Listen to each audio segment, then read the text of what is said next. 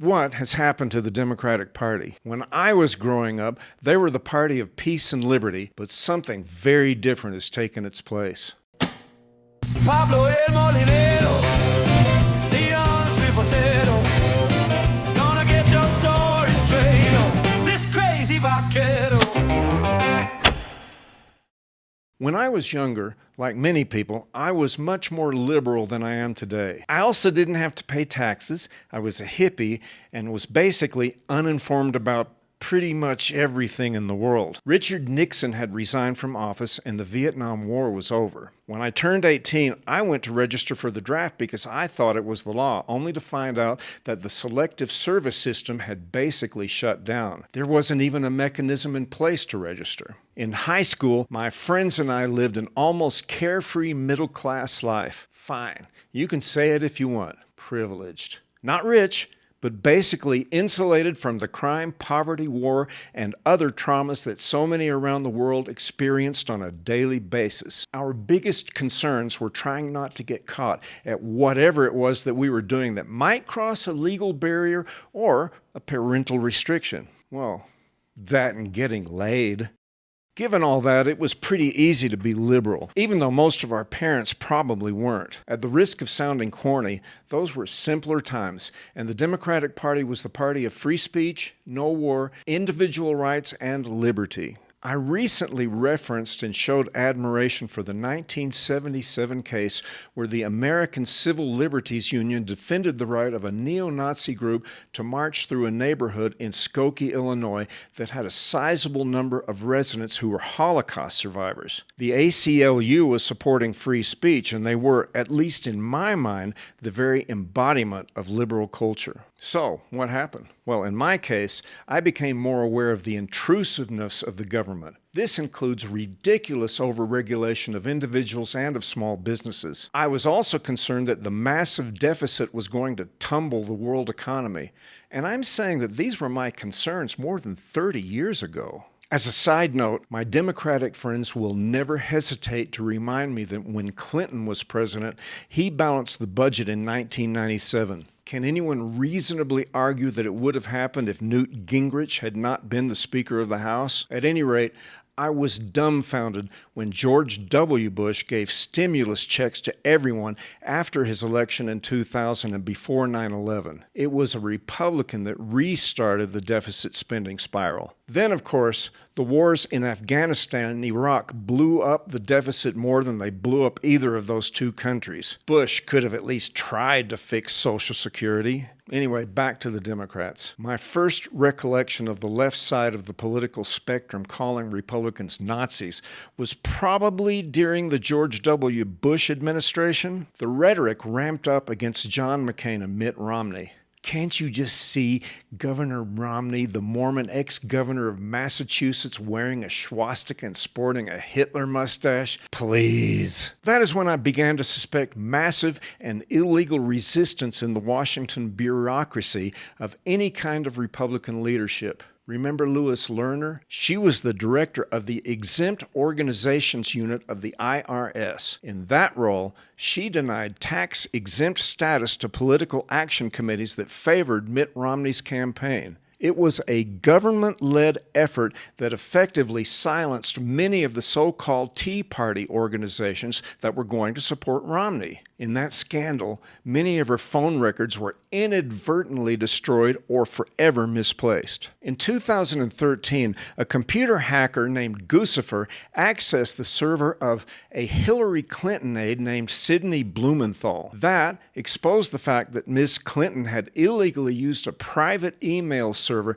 to conduct classified State Department business. That story broke in the New York Times early in 2015. That was before Trump announced his intention to run for president and well before anyone thought he had a snowball's chance in hell of actually winning. The Federal Records Act requires that all official U.S. government records be maintained for their eventual storage in the National Archive. Computers and backup servers, which might have shown the degree to which Ms. Clinton broke the law and and which fell into the category of official government business had been recycled or misplaced. Everyone just knew that Hillary was going to be the next president, and it wasn't a giant stretch to believe that the Obama administration was going to do everything they could to further the cause. Since then, two things have happened to the Democratic Party. First was the increasing influence of woke ideology within the party. That meant that Democratic candidates had to adopt more far-left and sometimes radical positions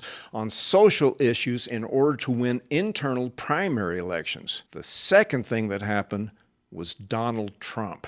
Another thing that could happen is you could like this video and subscribe to this channel. It would be a big help. And if you're in the mood, share it with some of your like-minded friends.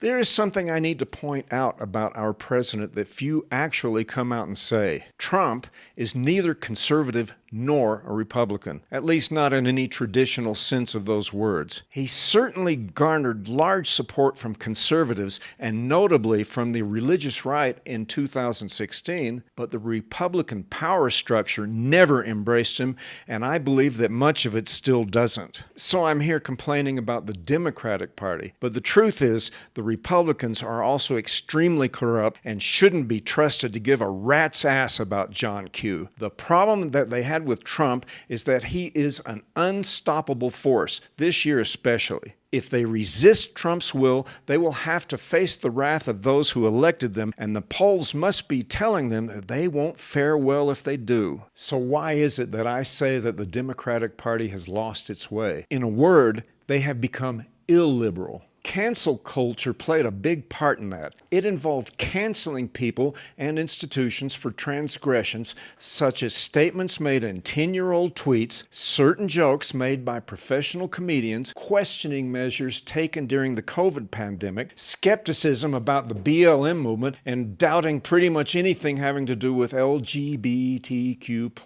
Opinions from legitimate experts were banned, such as those expressed by Dr. J. Bhattacharya, former professor of medicine at Stanford University and current director of the National Institutes of Health. The Great Barrington Declaration, co-authored by Dr. Bhattacharya, and which questioned the usefulness of lockdowns and other measures taken at the time, was banned from diffusion on social media platforms. How about suggesting that biological men shouldn't be able to compete in women's sports? Female athletes could lose their scholarships at some institutions if they object to having to compete with or against biological men, or if they even complain about having to share a locker room with one. Martin O'Malley, the former governor of Maryland and Democratic presidential candidate, had to grovel to BLM activists when, after being asked if Black Lives Matter, he responded that all lives matter. He probably wouldn't have been president anyway, but that was certainly one big nail in the coffin. Taco Tuesday became cultural appropriation, as did a white teenager wearing a pretty silk Chinese dress to her high school prom. Let's just say it got out of hand, and this is only a partial list. Members of the Democratic Party were loath to go against any of this, lest they find themselves surrounded by angry protesters demanding their resignation. At some point, woke ideology became the Democratic Party. And once Donald Trump became president, the already hyperbolic attitude of the Democrats shifted into hyperbolic overdrive. I remember very well the language used by Trump in the 2016 campaign, and I'll admit that I found it jarring. At the time, I thought Trump was sort of a clownish figure, and I don't think I ever saw a single episode of The Apprentice. He was a big mouth, and I really paid no attention to him. Still, when push came to shove, there was no way I could get behind Hillary Clinton for president. At first, the press embraced him. I assume because they didn't take him seriously. No one that I saw thought there was a 1 in a million chance he would win. By the way,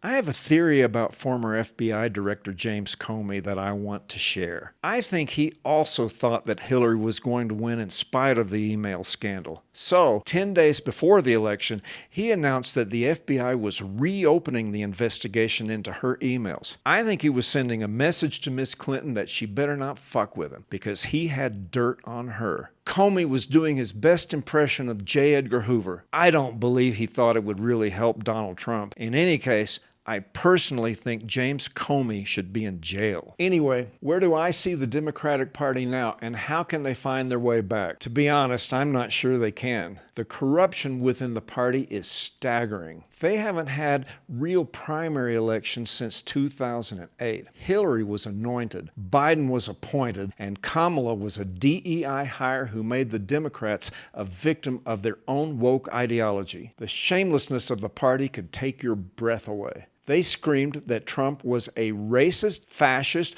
homophobic, transphobic Nazi dictator who had to be stopped at any cost. I still don't know where all that came from. It was just repeated so much by them and in the press that many of their followers just accepted as settled truth. I am no longer willing to accept anyone saying that Trump is a racist or fascist or homophobe without challenging them to back it up with some kind of proof. Any kind of proof. They say that Trump wants to eliminate the Democratic Party. Weren't the Democrats the ones who wanted to pack the Supreme Court and eliminate the filibuster so they could pass any legislation they wanted? Didn't they also want to add Puerto Rico and Washington, D.C. as states so they could add enough members of Congress so that Republicans would have little chance to control those houses in the foreseeable future? I don't like the redistricting ploy known as gerrymandering that the state of Texas is going to use to pick up 5 seats in the House of Representatives. Now California wants to do the same. But most analysts that I have seen say that in an all-out gerrymandering war, the Republicans would probably come out ahead because in many of their states, the Democrats have already fully remapped the congressional districts in their favor. The Democrats now worry about judicial persecution. Didn't they do that to Trump? Weren't they trying anything with the help of the federal government and the press to put Trump in jail, take him off the ballot, or anything to keep him from becoming president again? They did things that would make Richard Nixon blush. It's just too much to go into right now, but look at my videos where I try to appeal to Jake Tapper to admit what happened from 2016 to now. I have made my case very well there. The point is that the Democrats have lost, buried 1,000 feet deep, any moral high ground that they imagined they had. Both parties stink to the moon from special interest money. I have to wonder if the Republicans are actually going to reform in any meaningful way. As I said before, Donald Trump is not a Republican in any traditional sense of the word. He is, in a word, unique. It remains to be seen in what direction that party will go after he's gone. Whether it be in a two-party or a multi-party system, in a democracy, government needs meaningful opposition. At this point in my life, I still might never have been a Democrat, but the Democratic Party of today bears almost no resemblance to the party it was in my youth. This is Pablo El Molinero. Shame!